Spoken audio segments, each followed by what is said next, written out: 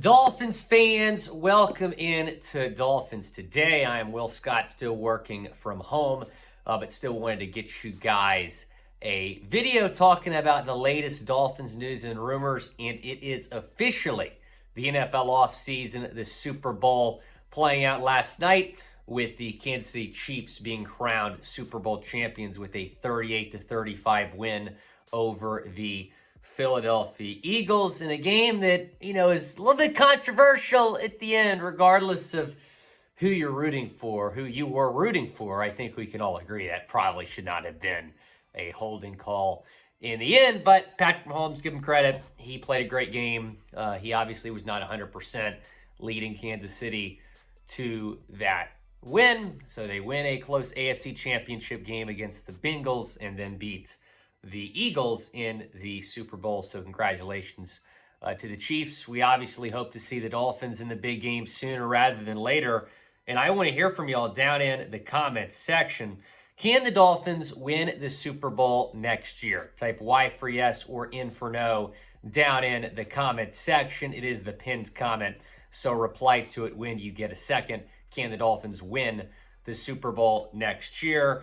They have the 14th best odds to win the Super Bowl next year.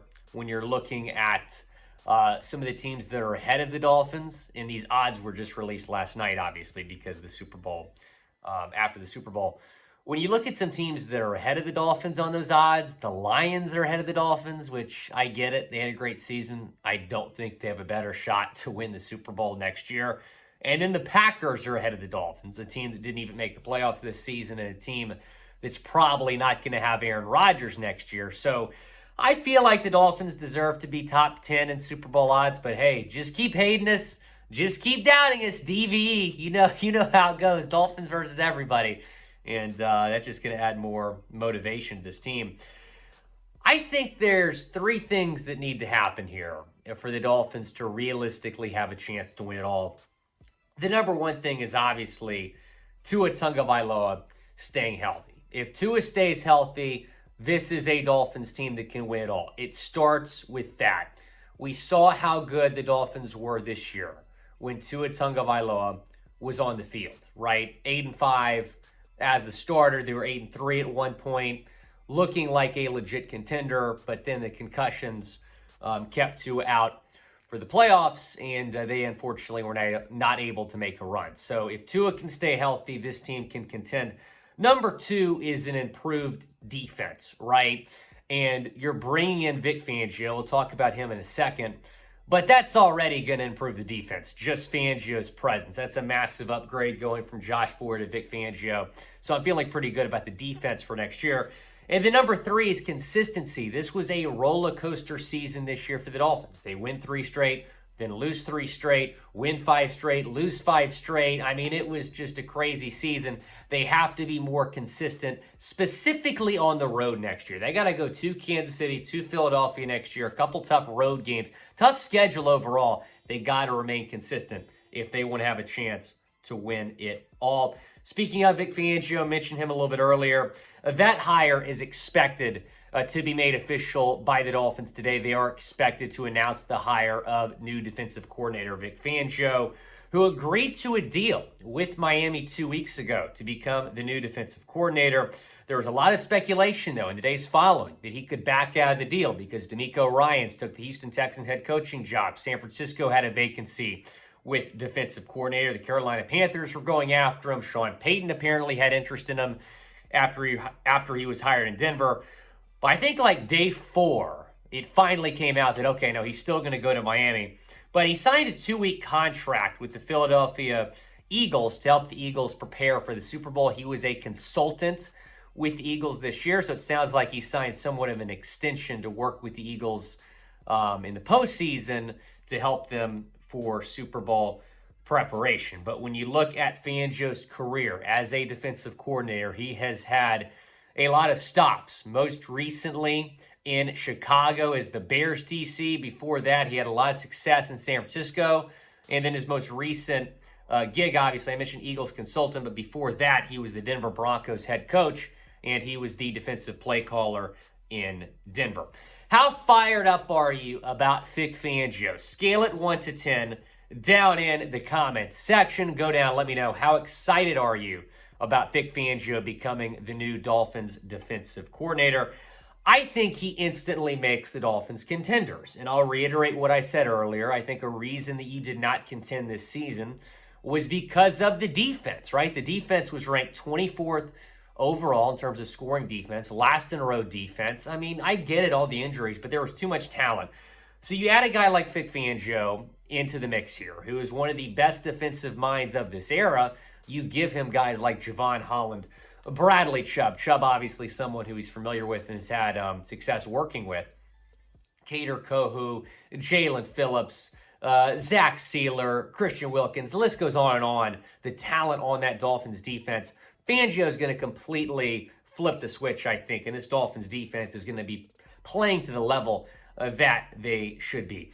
Now let's get into an update on Tua Tagovailoa, because we hadn't heard from him in weeks, but he went to Radio Row over the weekend before the Super Bowl, had a couple different interviews, and he was asked about the concussion protocol process, and here's what he said.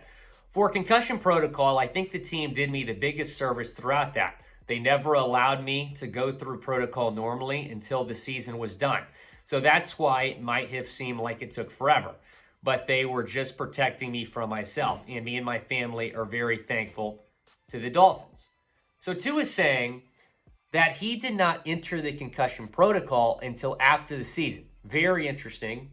This is the first that we've heard this, and it's coming from the man himself. So it sounds like after Tua's second confirmed concussion of the season, maybe third concussion, against the Green Bay Packers, the Dolphins decided to shut him down for the year. And then after the season ended, they started the concussion protocol process because, remember Pro Bowl week? He was going to be out Pro Bowl because he was still in protocol. And we were like, how is it 5 weeks in and he's still in protocol? Now we know why he did not enter the protocol until after the season. It makes a lot more sense now. Tua also said this: we've got a plan set up. I'll be doing judo on Fridays just so that I can kind of figure out understanding my body and how to fall. I'm not trying to be a dangerous person in that way, just trying to help myself. So Tua Tagovailoa suffered at least 2, maybe 3 concussions during the 2022 season.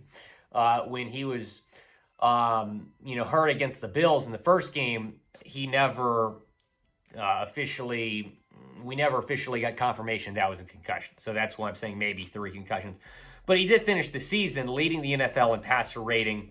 Missed 5 games, though. You look at the numbers, they're outstanding numbers. They would have been even better had he stayed healthy.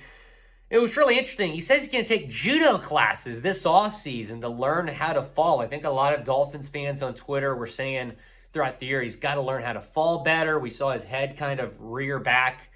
It hit the turf during those concussions. So he says that he's going to take judo classes on Friday to better learn how to fall.